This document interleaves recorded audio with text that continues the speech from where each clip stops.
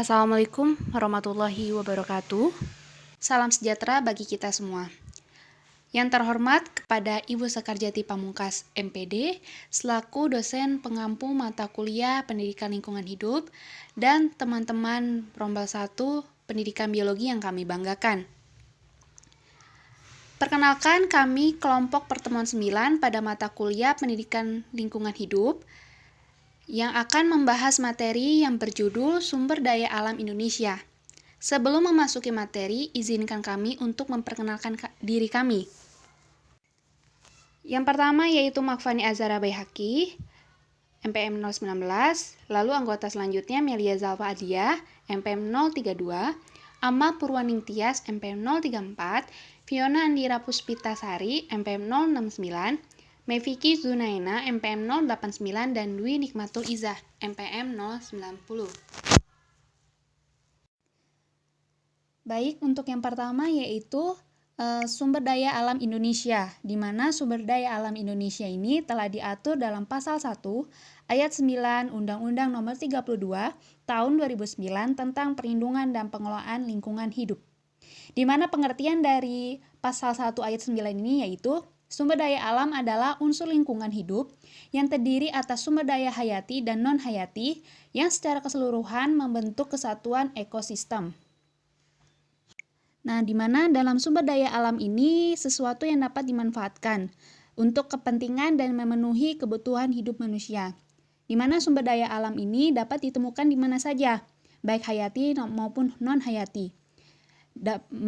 Dalam hal diperbarui maupun yang tidak dapat diperbarui. Dengan kelimpahan sumber daya alam, sudah seharusnya sebagai manusia, khususnya warga negara Indonesia yang memiliki kelimpahan sumber daya alam ini, menjaga dan melestarikan kestabilan sumber daya alam dengan baik. Indonesia merupakan negara yang dikenal kaya akan sumber daya alam, dengan tingginya keanekaragaman sumber daya alam yang melimpah. Hal ini menjadikan Indonesia sebagai negara kaya sumber daya alam karena terletak pada garis khatulistiwa yang menjadikan Indonesia merupakan salah satu daerah tropis yang memiliki curah hujan yang tinggi. Sehingga tanahnya menjadi subur dan hayati tumbuh dengan cepat dan menempatkan Indonesia sebagai negara yang memiliki hutan tropis kedua di dunia dengan menyimpan keanekaragaman hayati terkaya di dunia. Lalu Indonesia juga terletak pada titik pergerakan lempeng tektonik sehingga memiliki pegunungan yang kaya akan mineral di dalam perut bumi seperti emas, batu bara, perak, dan lain sebagainya. Selain itu, Indonesia juga memiliki perairan yang sangat luas dengan sumber daya alam melimpah dan memiliki garis pantai terpanjang di dunia. Dengan kelimpahan sumber daya alam Indonesia ini, pemanfaatan sumber daya alam dapat menjadi salah satu modal dalam pembangunan negara Indonesia dan ekonomi, yang dimana dalam sumber daya alam ini menjadikan Indonesia menjadi negara yang kuat apabila dikelola dengan baik dan diupayakan secara menyeluruh dalam kesejahteraan rakyat, dengan tetap memperhatikan prinsip dan menjaga sumber daya alam Indonesia dengan aman dan memperhatikan pengelolaan sumber daya alam yang berwawasan tinggi terhadap lingkungan hidup. Selanjutnya akan dilanjutkan oleh teman saya. Yang selanjutnya yaitu jenis sumber daya dan manfaatnya. Jenis sumber daya dapat dibedakan menjadi beberapa jenis. Yang pertama yaitu dibedakan berdasarkan jenis sifatnya. Berdasarkan jenis sifatnya, sumber daya alam dapat dibedakan menjadi yang dapat diperbarui, tidak dapat diperbarui, serta yang tidak habis.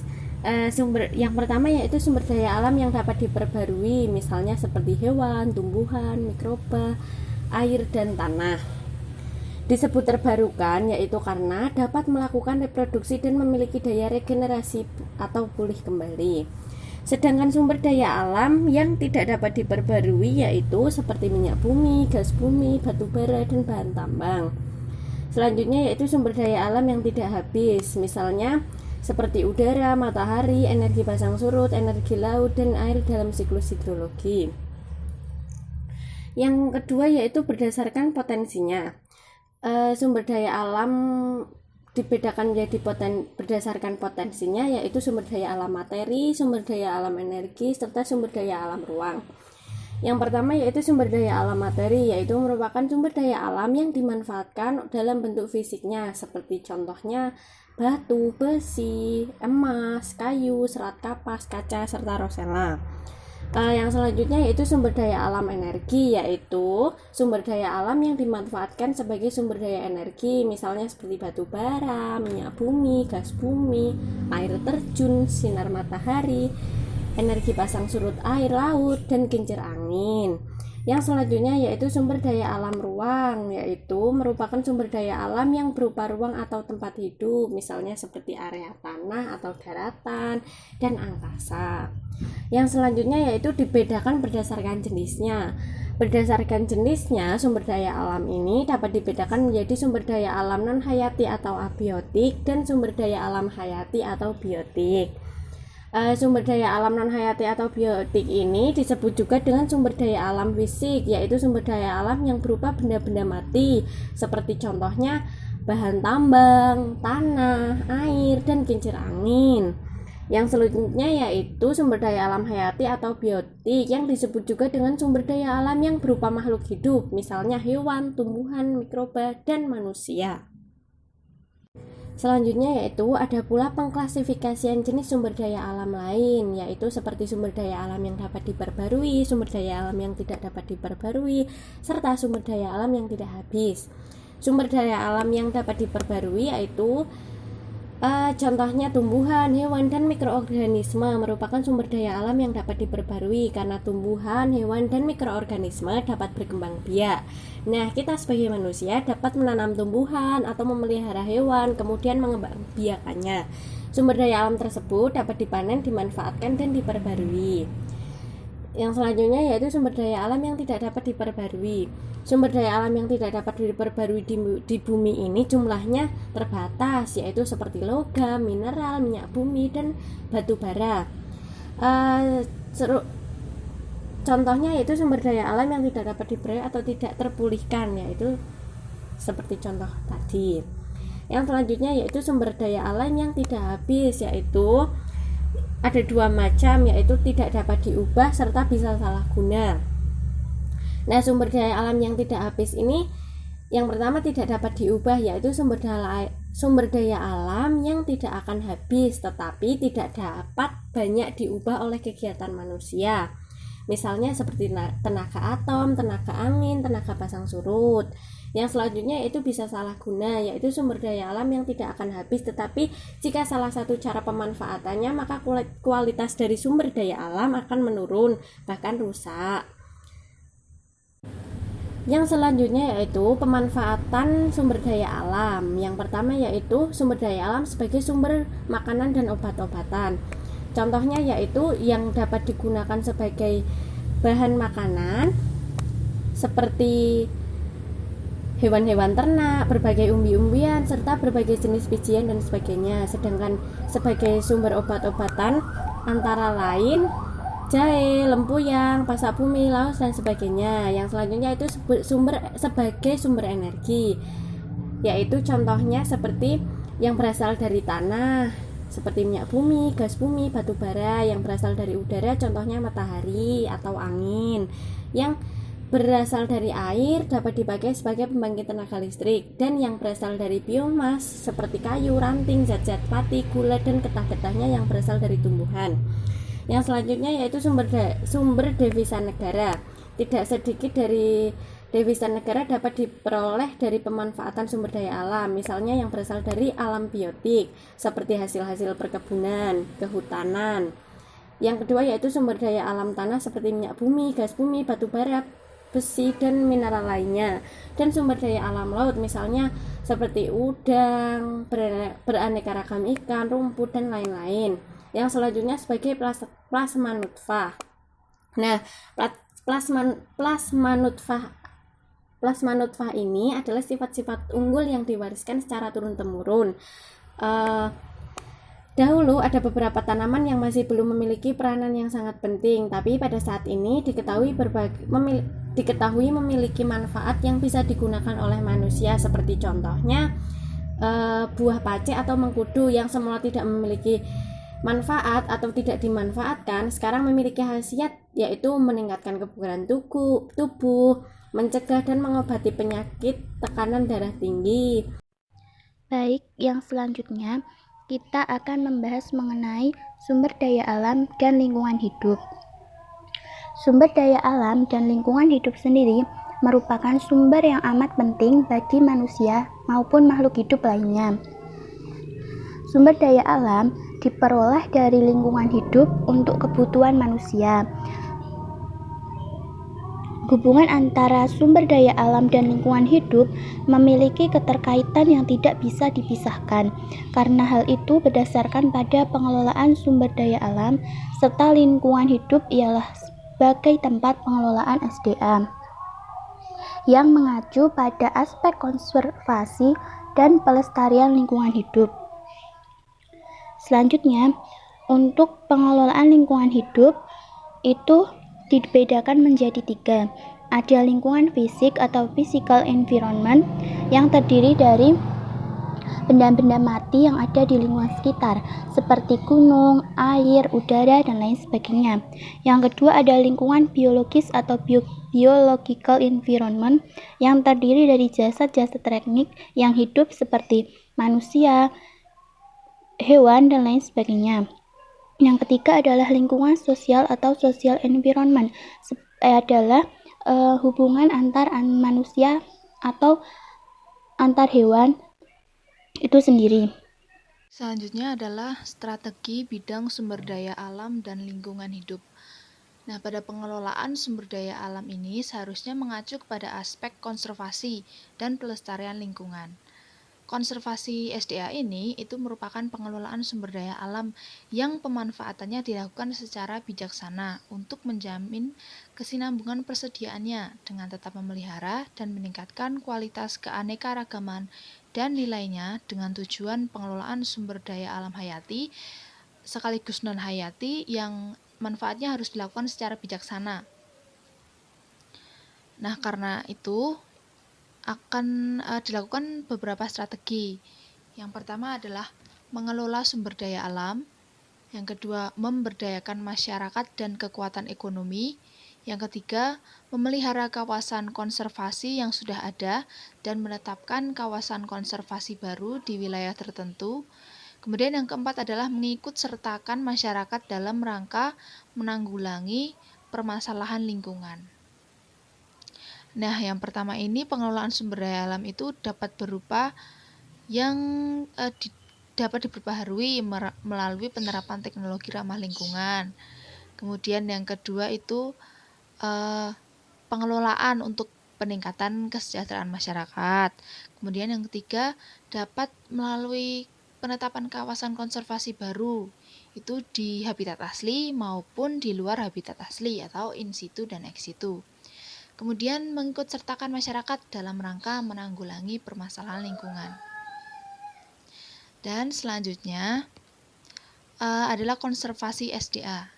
Konservasi sumber daya alam ini itu gunanya untuk menyiapkan sumber daya agar generasi selanjutnya itu tidak kehilangan haknya. Jadi kita melakukan suatu konservasi atau pelestarian. Itu yang pertama pendaur ulangan atau recycle, kemudian penanggulangan atau reuse, lalu perawatan atau repair, kemudian yang keempat penghematan atau reduce.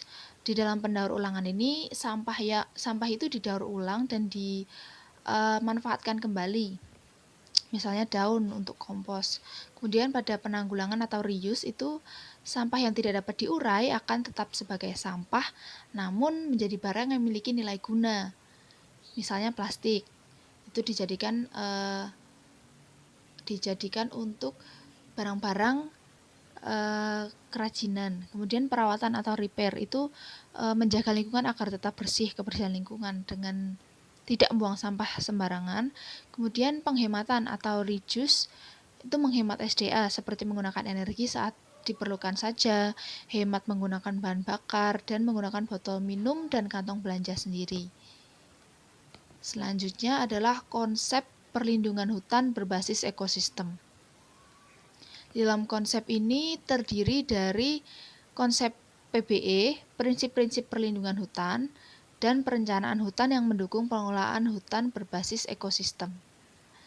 Pada konsep PBE ini itu merupakan perlindungan hutan berbasis ekosistem atau PBE yang berarti melindungi semua fungsi hutan pada semua skala sepanjang waktu sebagai prioritas pertama dan kemudian berupaya melestarikan diversitas nilai manfaat dalam batas-batas kapasitas ekologi. Setelah tadi dibahas mengenai perlindungan hutan berbasis ekosistem, sekarang kita bahas mengenai 10 prinsip PBE untuk melindungi dan memanfaatkan hutan. Yang pertama, menitik beratkan pada apa yang ditinggalkan dan tidak pada apa yang diambil. 2. Menerapkan prinsip pencegahan kerusakan dalam semua rencana dan aktivitas. 3. Semua rencana dan aktivitas diarahkan untuk melindungi hutan agar tetap berfungsi pada semua level, waktu, dan ruang. 4. Semua rencana dan aktivitas ditujukan untuk melindungi, menjaga, dan bila perlu memperbaiki diversitas biologi dalam ekosistem hutan. 5. Menghargai dan menjaga kerusakan alami dalam hutan. 6. Melindungi, menjaga, dan memperbaiki struktur, komposisi, dan fungsi komunitas pada semua level. 7. Melindungi, menjaga, memperbaiki, saling berkaitan ekosistem pada semua level.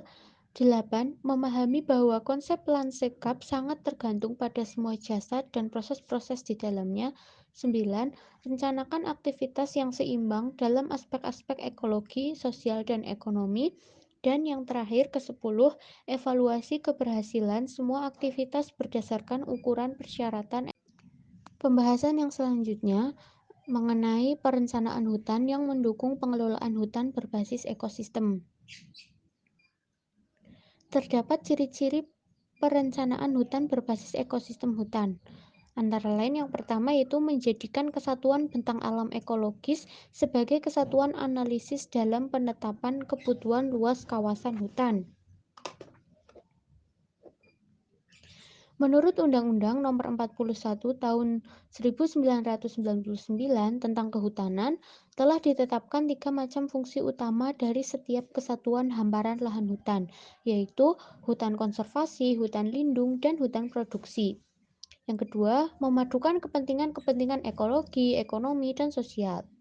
Kepentingan ekologi di sini artinya mempertimbangkan dalam penetapan keperluan hutan lindung dan penetapan keperluan hutan konservasi dalam setiap kesatuan wilayah ekologis. Lalu kepentingan ekonomi di dalamnya yaitu penetapan hutan produksi. Keperluan hutan produksi harus didasarkan kepada pertimbangan keperluan penyediaan hasil hutan untuk berbagai keperluannya untuk memenuhi bahan baku industri, keperluan ekspor, konsumsi dalam negeri, dan keperluan masyarakat sekitar hutan. Lalu kepentingan sosial. Diperlukan adanya hutan yang berfungsi untuk memenuhi kepentingan umum berupa kepentingan penelitian dan pengembangan, pendidikan dan latihan, serta religi dan budaya. Setelah kepentingan masing-masing fungsi terpenuhi, selanjutnya ditetapkan preskripsi perlindungan hutan pada tingkat tapak. Agar keseimbangan fungsi-fungsi ekologi, ekonomi, dan sosial hutan dapat dicapai, maka semua pihak yang berkepentingan yakni seperti pengelola, pemerintah, pelaku usaha yang terkait, ilmuwan, dan berbagai kelompok kepentingan dalam masyarakat perlu dilibatkan dalam proses penetapan preskripsi perlindungan hutan. Yang ketiga, perspektif jangka panjang dan berkelanjutan. Untuk itu diperlukan adanya kemantapan dalam hal kawasan hutan, keberadaan hutan, dan fungsi ekosistem hutan. Yang pertama yaitu kemantapan kawasan hutan. Kawasan hutan terdiri dari lahan yang berhutan dan lahan yang tidak berhutan yang akan dibangun dan dipertahankan sebagai hutan. Yang kedua, kemantapan keberadaan hutan. Pengelolaan hutan berkelanjutan mempersyaratkan keberadaan hutan dengan luasan tertentu pada setiap satuan waktu tertentu. Yang ketiga, kemantapan fungsi ekosistem hutan. Hal ini mengandung arti bahwa fungsi ekosistem hutan tersebut haruslah tetap setiap saat. Berhubung karena luas hutan pada setiap saat adalah sama atau bahkan cenderung berkurang, sedang total kebutuhan terhadap barang dan jasa dari ekosistem hutan untuk menyangga sistem kehidupan selalu meningkat, maka kualitas dan produktivitas ekosistem hutan setiap saat seharusnya tidak berkurang atau jika dapat lebih meningkat. Lalu, ciri selanjutnya yaitu memadukan ilmu pengetahuan yang cukup dan dapat dengan kearifan lokal melalui proses pembelajaran yang bersifat dinamis. Setiap kesatuan ekosistem hutan memiliki karakteristik biofisik dan keadaan ekonomi serta sosial budaya masyarakat yang bersifat spesifik. Untuk itu, nanti akan muncul permasalahan yang bersifat kompleks, sehingga dibutuhkan ilmu pengetahuan dalam bidang-bidang yang sesuai untuk menjawab permasalahan-permasalahan yang muncul. Namun, ilmu pengetahuan yang tersedia seringkali tidak cukup memadai untuk menjawab keseluruhan permasalahan yang dihadapi, sehingga diperlukan informasi mengenai kearifan lokal yang diharapkan dapat melengkapi ilmu pengetahuan yang ada dalam menjawab permasalahan yang dihadapi. Jawaban yang tepat terhadap semua persoalan yang dihadapi tidak mungkin diperoleh secara pasti melalui proses yang bersifat statis, sehingga harus dilalui melalui proses yang bersifat dinamis. Ciri selanjutnya itu memperhatikan karakteristik spesifik dan kepentingan lokal. Kepentingan lokal ini terutama ditentukan oleh dua kelompok kepentingan, yaitu kelompok pemerintah daerah beserta jajarannya sampai pada tingkat desa untuk kepentingan pelaksanaan program-program pembangunan dalam wilayahnya. Kelompok kedua yaitu masyarakat, terutama masyarakat hukum adat dan masyarakat di sekitar kesatuan pengelolaan hutan untuk memenuhi berbagai kebutuhan hidup mereka. Setelah mempelajari sumber daya alam yang ada di Indonesia, selanjutnya akan membahas mengenai kebijakan ekonomi sumber daya alam bagi pengendalian dan kerusakannya. Menghadapi permasalahan pembangunan lingkungan hidup yang begitu kompleks, akibat perubahan dan tuntutan kebutuhan masyarakat maupun pembangunan akan menguras sumber daya alam, sehingga daya dukung lingkungan menjadi menurun. Permasalahan ini diperlukan oleh perencanaan pembangunan lingkungan dengan diimplementasikan kebijakan dalam mengatur perilaku anggota masyarakat dalam melakukan aktivitas hidup tertentu. Kondisi lingkungan yang mengalami degradasi akan selalu memiliki dampak menurunnya kualitas hidup dan akan terancam pula kepunahan dari berbagai sistem rantai kehidupan ekosistem baik di darat, pesisir maupun di laut. Saat ini, kebijakan lingkungan hidup di Indonesia untuk jangka panjang mengacu pada Undang-Undang Nomor 27 Tahun 2007 mengenai Rencana Pembangunan Jangka Panjang Rasional atau RPJP dalam 20 tahun ke depan dengan berbagai aspek atau sektor pembangunan sebagai upaya menyebarkan dan mencapai tujuan nasional sebagaimana tersebut dalam pembukaan Undang-Undang Dasar 1945. Adapun sasaran dalam RPJP-nya, yang pertama ada membaiknya pengelolaan dan penggunaan SDA dan pelestarian fungsi LH yang dicerminkan oleh tetap terjaganya fungsi daya dukung dan kemampuan pemulihannya dalam mendukung kualitas kehidupan sosial dan ekonomi secara serasi, seimbang, dan lestari. Yang kedua, terpeliharanya kekayaan keragaman jenis dan kekhasan SDA untuk mewujudkan nilai tambah, daya saing bangsa, serta modal pembangunan.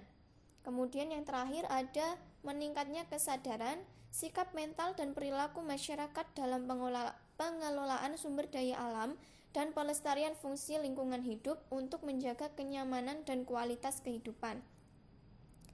Selanjutnya untuk arah dari RPJP sendiri, yang pertama ada mendayagunakan sumber daya alam yang terbarukan.